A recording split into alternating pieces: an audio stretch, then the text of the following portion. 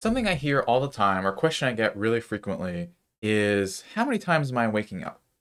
Because when you look at a sleep study and you get a number that says you stop breathing 10, 20, 30 times per hour, which adds up to 1, 2, 300 times per night, but then that doesn't correlate with your experience. Maybe you wake up 3, 4, 5 times a night. Still pretty bad. When I had my issues, I was waking up maybe every hour, every 90 minutes, in the clock, struggling to fall back asleep and just wake back up shortly thereafter. And sleep was a nightmare. But that wasn't reflecting the numbers I saw, so it kind of made it hard to believe what was going on, actually, and then also the improvements I was having. Because whether it was, I've used an Aura Ring, a Fitbit, and other sorts of trackers, they would say I was having deeper sleep, but I was still waking up 4 or 5 times a night, which is not good. So that's why I want to clear up a lot of what is fact versus fiction about wake ups, especially if you have sleep apnea, because the small things that happen to our body are never really small. We should be able to sleep very well at night. Maybe you wake up once or twice, and that's honestly it. There's no micro arousals. We'll talk about that in a moment. And for those of you thinking, arousals is when your body goes from a lower state of consciousness, of where you're not aware, you're deeper sleep, maybe sleep paralysis, to a higher state of consciousness. Okay, not the other type of arousal. Okay, that's a different channel or a different, series of episodes. Nonetheless, it's important to know about this because this has a really big effect on you. Because every single time you have a micro wake up, which is what we'll call that micro arousal, I'll call it a micro wake up, a little bit easier to wrap your head around. Every time you do that, it is chipping away. It is like the wave on a shoreline or like a cliff, if you will. There's not going to be one wave, assuming there's no tsunamis, right? There's not going to be one wave that completely erodes away and makes this, you know, cliff appear. It's going to be over time and chipping away ever so slightly. That's what you can think of these micro wake ups or micro arousals as. Every single time you have one, even if you don't wake up, it is going to do really bad things to your brain that we'll talk about, which you can just have a little preview here of. On the right is normal and healthy. On the left is when you have obstructive sleep apnea and lots of micro arousals. And we'll have a little discussion on Alzheimer's and dementia. But for now, just so you understand the importance of these micro arousals, because we'll talk about some statistics, talk about sleep architecture, and then also the cycle of this and many other research here. So micro wake ups or micro arousals. You should know that this is a bigger problem in sleep apnea than the actual apneas because you will have more micro arousals than apneas. So, for instance, let's say your AHI, which is your sleep apnea score, or the number you maybe remember on your sleep study, that's how many times at night you have really low breathing. Keep it super simple. Let's say that happens 20 times. You will typically have more micro wake ups, usually around 30 to 60% more. So if you have 20 wake ups per hour, you might have anywhere from 30 to 50 micro wake ups. If you're at 30, it goes even higher, so on and so forth. But think about it like this. Let's say you have 30 micro wake ups every hour. That means every 2 minutes, instead of going into a deeper stage of sleep and functioning, it's like you come back up. It's like taking 2 steps forward, 1 step back, 2 steps forward, 1 step back. How long would it take you to get to the end of your driveway or maybe to your car or anywhere else if that's literally had you, like how you have to walk? You're not getting anywhere. And that's why your sleep is never getting to a good quality place because it's 2 steps forward, 1 step back, 2 steps forward, 1 step back. The insomnia tango. And that's because of these micro arousals. And when we actually look at this, because sleep is not as simple as just stepping, this way and that way, micro arousals will reduce the time spent in restorative sleep by up to 50%. Think of it like this. If you get about, or you should get around 2 to 3 hours of that deep sleep, you go from 2 to 1. That's huge. Okay? That's like pretty bad. And then as a result, you have this massive fragmentation, which then prevents your brain from doing the things that are needed during sleep, like memory consolidation, clearing itself out, and a lot of bad things. All right. So, how this all happens is we'll start here in the cycle. So, let's say you go to sleep, right? And then you have this collapse in your airway. You have this weakness, which isn't bad by itself because you can have lax muscles, doesn't mean it's going to necessarily lead to a collapsed airway. Now, that's why people have sleep apnea, but not full-blown daytime apnea. Because the biggest thing that changes when you sleep is your breathing pattern. You have sleep apnea, you get into a pattern where you're breathing too fast, and that will provide more of a suction force on a relatively weak airway. Why that fast inhale happens, a more narrow airway trains your body to effectively breathe faster. Because now, instead of having a bigger airway, you have a more narrow airway. If you've ever tried to breathe through a straw, it's going to force your body into a pattern of faster breathing. It sticks with you into night and actually gets worse at night. Either way, you have that collapse, airway closes, then your blood oxygen levels will go down. Your heart has to pump faster. And then when that happens, now your body is activated with the sympathetic nervous system. And anytime you're activated, think of it like the fight or flight. You're on an Africa savanna, very primordial, old instinct. Now your body's like in this mode where it's go, go, go, go, go. And then that's will flip your brain from going down into restorative sleep to back into, semi-useless sleep. Your brain's on alert, as shown in this part here.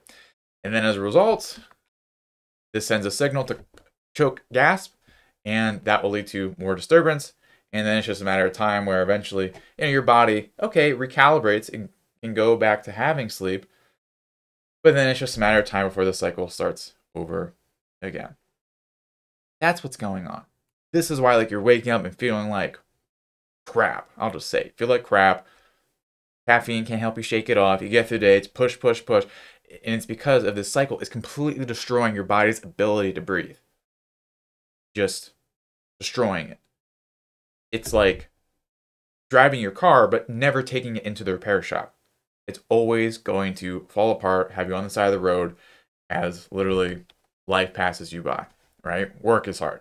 Can't really be there with family. Your hobbies, all that, not able to really attend or even think about. And a lot of times it's hard to believe this because, like I said earlier, we don't remember a lot of times where we are waking up. And the reason for this, and if you're looking at the screen, I decided to put a sticky note on here, and don't think I'm like super egotistical. I don't know why, but it just puts my name on these sticky notes in case someone else was on my virtual whiteboard. But the point being is you can't form memories properly during sleep. And that's why a lot of times people have dreams, but they don't remember all of them. So when there's these small wake-ups, you're not going to remember most of them. And to further this, if you look at some of the research on the perception of our sleep in people with sleep apnea, I'll kind of spare you a lot of the details, but I highlighted the main finding. And I'll just zoom out on the sentence. SPI decreases with increasing obstructive sleep apnea severity. SPI is just a metric of what is someone's like mismatch of what they think their sleep is versus what it is. The lower your SPI is, the worse you're able to tell like how your sleep actually was. So for instance, someone who says, I slept great, but they slept horribly, if you looked at it on a sleep study, that is a low SPI. The other way to say this is the worse your sleep is, the less you are aware of how bad it is. And that kind of makes sense, right? Because if your brain isn't working, being able to sense and remember things correctly, it's going to get worse at it. It's not going to get better at it. And that's why a lot of times people fall into this very dangerous loop of, I'm kind of just living with it. It's kind of normal. It's just kind of, just part of what I live with, right? But it's not something you should actually put up with. Okay? It's a big, big problem. Just because you've gotten used to it doesn't mean it's how you should be living. It's just not. No one deserves to live half awake. And when you continue to look at this research here, this is another study, the misperception, clever title, of sleep. So they looked at different sleep disorders and someone's ability to perceive it versus how bad it actually is. So again, I'll really quickly walk you through this. SRBD, this is an acronym. It's going to represent sleep-related breathing disorders. Okay, sleep apnea is really the main one in this category. There's others, but I mean, it's mainly sleep apnea. I want to direct your attention to over here. Sleep apnea has the most arousals out of all of these, out of insomnia and everything else, has the most arousals, and this is one of the biggest ranges of how bad someone's sleep is. So again, that supports what someone else found. The worse your sleep apnea is, the worse you are able to perceive how the heck your sleep actually is. All right. And this is a rather large problem because then it perpetuates this cycle of where you're like, oh, you know, it's not that bad. But the only people who have to say it's not that bad are the people who have to convince themselves that like it's okay to go about this. And we do that, and I did that for myself because like, what other option do you have when like you're trying mouth guards, you try to CPAP, and you still feel like garbage? This is what happens. Okay? And the more and the faster you can break that cycle, the better. Because when we're looking at the actual architecture of sleep, up top here, zoom out a bit, this is normal. It's like a staircase. You go down and you go up. You go down and you go up. When you have these micro wake-ups, so the top series is micro arousals, and then reflected below, this is the sleep architecture. So this graph down here correlates to this graph up here. This graph up here is nice, normal, and healthy. This graph down here is someone with sleep apnea who has a Richter scale. That's measuring the magnitude of an earthquake, like this, up and down. That's the Richter scale sleep architecture. Up, down, up, down, up, down, up, down. Okay? If you've ever done like intervals on a treadmill, this is the interval treadmill plan from hell. Not fun. And that's what is like killing your body at night. Because if we look at, like I said here, this is your brain on sleep apnea. Okay? If anyone, whoever remembers that series of advertisements, let me know in the comments. I'm an old soul, I swear. But when your brain is not able to recover properly, it's getting less blood flow, it has less activity, and that's why when we look at this image here, this represents the spectrum of what happens when you have decreasing health. Okay, here's a nice healthy brain working together on an image. Over here in the middle, this is when someone has sleep apnea and they're starting to have holes in the function of their brain. There's not actual physical holes. This is a scan representing brain function, okay? You don't have a cottage cheese or Swiss cheese brain, all right? Maybe in function, but not in structure. And then this is on the way to what Alzheimer's looks like. And this is why one of the biggest risk factors or predictors of developing dementia and Alzheimer's is poor sleep quality. If you're having brain fog now, this is what's developing. This is what's going on. This is the path that you're on, and even an accelerated path, because you may know people who are older than you, maybe your parents or someone else or grandparents. It's not just genetics. It's not. It's not because, you know, someone in your family had it at 78, you're 62, you got, you know, you're solid for 16 years. No, you're not. People are getting sicker at younger and younger ages. So that's what you want to consider. Because when this is going on, not just in your brain, but like everywhere in your body, 'cause every single time you're having a micro wake up, it's causing like devastation throughout your body, and especially your brain. So really, this is a place of where you got to consider, like, I mean, I'm not going to sugarcoat it. Like, this is worse than you think it is. Because even if it's just like mild sleep apnea, okay, you can multiply that by 2 of how many micro arousals you're having, how much damage that's causing to your brain, and causing damage to how you can experience life in front of you. Because we like to think of Alzheimer's, oh, you forget things, but even before then, it's making mistakes, it's losing productivity, it's losing hours of day and stealing that from the other places of your life and losing who you are. So yes, it's about sleep apnea and micro wake ups and all that. But it's really about like you deciding what life you really want. Because,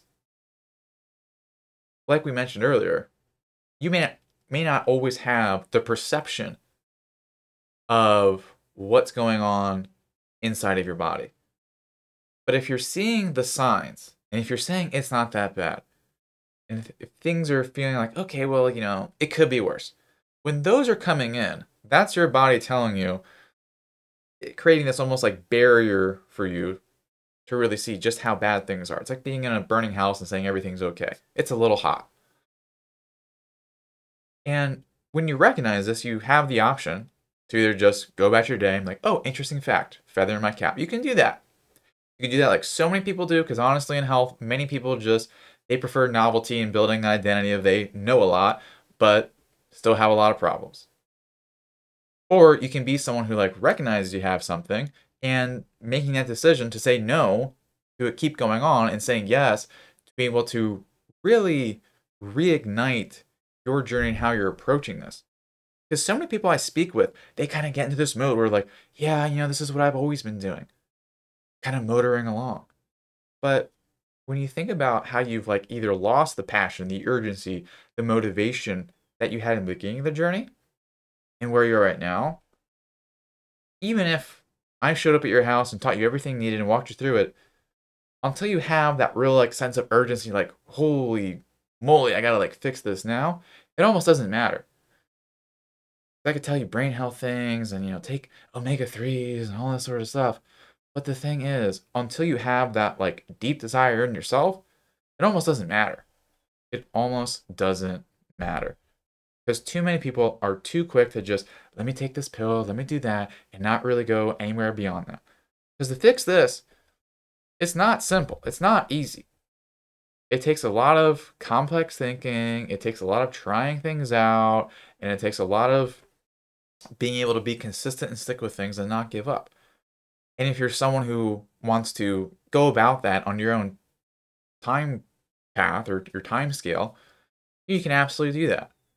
Right? Got plenty of videos, plenty of stuff written on the website, and all those different factors there. And you can incorporate that, because if that's not really an issue for you, taking longer, or you just want to learn things to be general health, that's absolutely fine. Everything I have out on the internet is more than enough for that.